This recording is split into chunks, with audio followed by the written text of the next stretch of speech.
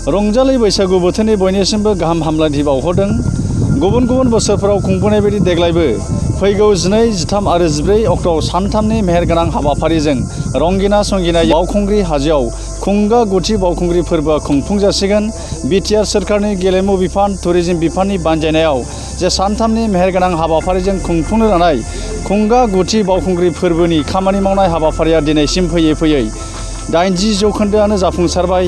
बे हाबाफारिखौनो दिनै बिटिसिनि बा बावखुंग्रि फोरबो खुंफुंग्रा आफादनि गाहाय नेहाथारि बिथां NC बसुमतारीजों लोगोसे गुबुन गुबुन बिफाननि बिबानगिरिफोर बा अफिसार बिथांमोना नायगिदिंफैदों।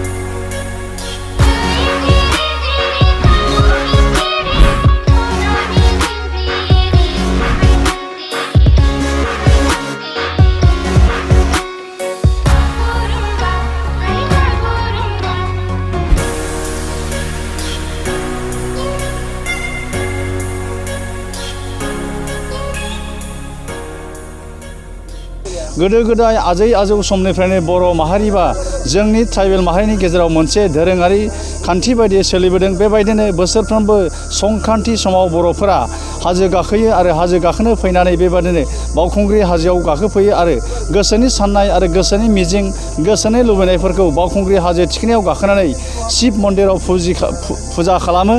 बेबायदिनो देग्लायबो जे थांनाय बोसोराव कर'ना भाइरासनि थाखाय बावखुंग्रि फोरबोखौ रंगिना संगिना हाबाफारिजों फालिनो हायाखैब्लाबो देग्लाय जे बिटिआर सोरखार बा बिटिसि खुंथायनि बानजायनायाव फैगौ 12, 13 आरो 14 अक्ट'आव सानथामनि मेहेरगोनां हाबाफारिजों खुंफुंनो लादों। बेबायदिनो सानथामनि मेहेरगोनां हाबाफारिजों खुंफुं लानाय खुंगा गुथि बावखुंग्रि फोरबोआवहाय गाहायै साइकेलिं, हिल ट्रेकिं, जे पेराग्लाइडिं इभेन्ट्स आरो बेबायदिनो फुड आइटेम्स ट्राइबेलफोरनि जानाय लोंनाय बायदि आरो इन्डिजिनियास गेम बे थासारियाबो दङ होननानै जे बावखुंग्रि फोरबोखौ बेबायदिनो गुबुन गुबुन बोसोराव खुंबोनाय बायदि जे देग्लायबो रंगिना संगिना हाबाफारिजों बिटिसि खुंथाया जे फालिनो थाखाय आखायाव लादों।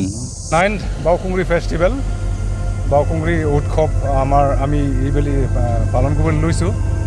এপ্ৰিল মাহৰ 12, 13 and 14 12, 13 আৰু 14 এপ্ৰিল তাৰিখে 12 তাৰিখে আৰম্ভ হৈ 14 তাৰিখে সংক্ৰান্তি বা গৰু বিহুৰ দিনাখন মানে কমপ্লিট হ'ব।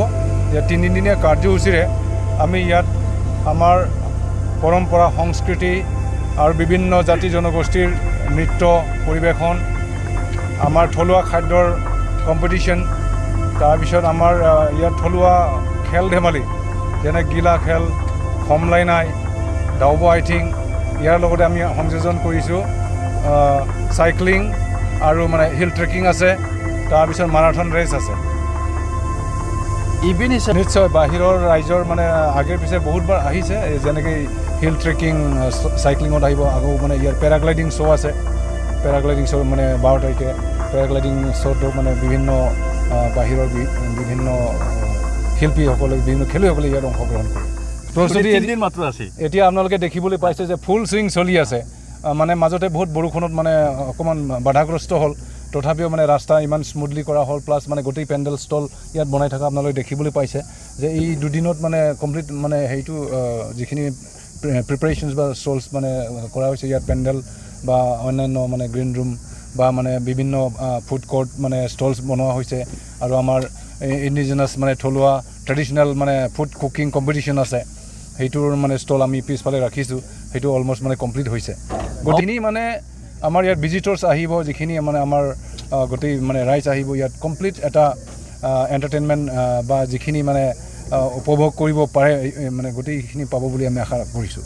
নিশ্চয় মানে পৰম্পৰাগতভাৱে এতিয়াতো আমি মানে ফৰ্মেলি ইয়াত মানে মঞ্চ চঞ্চ কৰি পেলাই যিটো পালন কৰিবলৈ তাৰ আগৰ পৰাই আদিম যুগৰ পৰাই মানে এনেধৰণৰ মানে পাহাৰ পৰ্বত আৰোহণ আৰু মানে খেল ধেমালি বা আমাৰ থলুৱা যিটো মানে কলাকৃষ্টি ইয়াত মানে আগৰ পৰাই চলি আহিছে। কিন্তু এই বাওখুংগ্ৰী মানে পাহাৰৰ এটা নিৰ্দিষ্ট মানে বৈশিষ্ট্য ইয়াত মানে এটা কিংবদন্তি বা এটা লিজেণ্ড বা হিষ্ট্ৰিকেল এটা ইম্পৰ্টেঞ্চ আছে। সেইকাৰণে এই অঞ্চলত মানে আহি যিটো প্ৰকৃতিৰ মানে যিটো মোহময়ী মানে প্ৰকৃতিৰ ৰূপ এইটো আহি ইয়াত মানে মনটো শান্তি লাগে, ভাল লাগে। আৰু এই মানে বাওখুংগ্ৰী মানে পাহাৰৰ লগত জড়িত এই মানে যিটো পৰ্ব, এই পৰ্বত মানে সকলোৱে আহি মানে ইয়াত সকলোৱে উপভোগ কৰিব পাৰে। Thank you. এয়া এই বছৰ 2022 9th বাওখুংগ্ৰী ফেষ্টিভেল আৰু ইয়াৰ মেইন অৰ্গেনাইজিং দায়িত্বটো টুৰিজিমৰ আৰু টুৰিজিমে sports and youth welfare and cultural এই দুটা ডিপাৰ্টমেণ্টক লৈ পেলাই কৰিব। লগতে অন্যান্য সকলোবোৰ ডিপাৰ্টমেণ্ট ইয়াৰ লগত জড়িত হৈ আছে, যিহেতু এইটো আমাৰ বড়োসকলৰ এটা মানে অতি যুগমীয়া বহুত পুৰণিকলীয়া এটা ফেষ্টিভেল। ইয়াত বাওখুংগ্ৰী পাহাৰৰ লগত সংগতি ৰাখি ফেষ্টিভেলটো কৰা হৈছে। বাওখুংগ্ৰী পাহাৰত বগোৱাৰ এটা মানে বৈশিষ্ট্য আছে। পুৰণি কালৰ পৰাই এই পাহাৰখনত এটা বিশ্বাস লোকসমাজত যে তাত বগালে ওপৰত শিৱ মন্দিৰ এখন আছে, তাত গৈ সেৱা কৰিলে বছৰটোৰ বাবে মানে মানুহৰ মানে বেমাৰ আজাৰৰ পৰা উদ্ধাৰ হয়, অশান্তিৰ পৰা উদ্ধাৰ হয় বুলি এটা বিলিফ আছে। আৰু সেইটো কাৰণে পুৰণি যুগৰ পৰাই আমাৰ এই বাওখুংগ্ৰী পাহাৰখনত সংক্ৰান্তিৰ দিনাখন দলে দলে মানুহ মানে অকল আমাৰ বড়োসকলেই নহয়, বড়োসকলৰ লগালগি দেখা দেখি আঞ্চলিক যিসকল জাতি জনগোষ্ঠীৰ লোক আছে তেওঁলোকে সকলোৱে পাহাৰ বগাই মন্দিৰখনত পূজা এভাগ আগবঢ়ায় আৰু তাৰপিছত তেওঁলোকে মনৰ শান্তিৰে উভতি আহে। আৰু সেই উৎসৱটোৰ লগতে মানে সামঞ্জস্য ৰাখি পেলাই আমাৰ বাওখুংগ্ৰী উৎসৱ পালন কৰা হৈছে। আজি যোৱা 8টা বছৰে ইমান বৰ ধুনীয়াকৈ হৈছে আৰু প্ৰতি বছৰে ইম্প্ৰুভমেণ্ট অলপ ইভেণ্টতো অলপ ইম্প্ৰুভমেণ্ট, ক্ৰীড়াৰ ক্ষেত্ৰত ইম্প্ৰুভমেণ্ট, কালচাৰেলৰ ক্ষেত্ৰত ইম্প্ৰুভমেণ্ট। ইয়াতে বিশেষকৈ থলুৱা খাদ্য, থলুৱা খেল ধেমালি, থলুৱা কৃষ্টি সংস্কৃতি এইবোৰকে প্ৰাধান্য দিয়া হ'ব। গতিকে এইবাৰ আমি আশা কৰিছোঁ আগতকৈ আৰু বেছি ভাল লগা হ'ব। থেংক ইউ বাইদেউ। नैरोजा 22 मायथाइनि जे गुथि बावखुंग्रि फोरबो बेयो फैगौ 12, 13 आरो 14 एप्रिल खालि खुंजागोन आरो देग्लायनि बे बावखुंग्रि फोरबोखौ बिटिआर सरकारनि टुरिज्म डिपार्टमेन्टनि बानजायनायजों दिनै सानथामनि हाबाफारि लानानै गोबां आयदाफारि लानानै देग्लाय बे फोरबोखौ खुंफुंनो थाम-थिम खालामनाय जादों।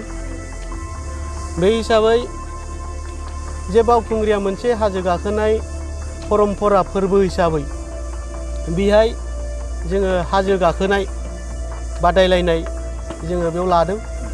बेजों लोगोसे जोंनि नैबे बावखुंग्रि फोरबोआवनो जे मोनसे बियो फोरबोआ दोरोङारि फोरबो हिसाबै जे ओनसोलनि जे दोरोङारि गेलेनाय इन्डिजिनियास जे गेम दङ, जों बे गेमफोरखौ जोङो फारियै गिला गेलेनाय, खमलायनाय, दाउब' आथिं थाबायनाय आरो माराथन खारनाय बेबायदि हाबाफारि लानानै दोरोङारि गेलेनायबो जोङो बे लानाय जादों।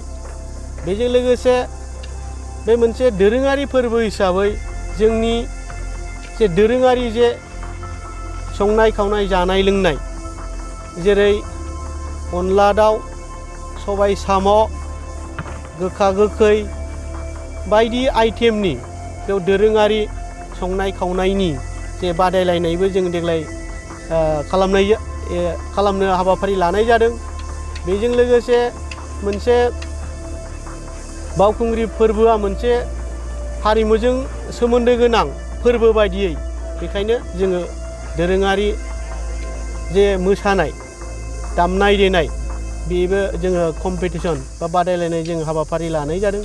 बे हिसाबै जोङो गोबां आयदाखौ जोङो देग्लाय बादायलायनाय बा कम्पिटिसन हिसाबै जोङो लानाय जादों आरो बे खुंफुंनो थाखाय जोङो दासिमाव खोन्दो खामानिया आवगायबाय होननानै जोङो बुंनो हागोन। मानोना गोबां खामानि मावनाया जोङो नुगासिनो दङ आरो जोङो थाबैनो 12 तारिखआव सिमाव जोङो कमप्लिट खालामनानै देग्लायनि जे 12, 13 आरो 14 सानथामनि जे बावखुंग्रि फोरबोखौ देग्लाय साबसिनै हामसिनै जोङो कालारफुल खालामगोन होननानै जोङो सानदों आरो बेबायदियैनो जों आसा खालामदों इसोरा जोंखौ जुदि हेफाजाब होयोब्ला आरो जों आर'ज खालामदों बेखायनो बे फोरबोआ जाहाथे इसोरनि अननायाव अबं गसाइनि अननायाव बे सानथामनि हाबाफारिया जै जै मैयै गाहामै गाहाम खुंफुंजायो जों बेखौ इसोरनि खाथियावबो आर'ज गाबदों।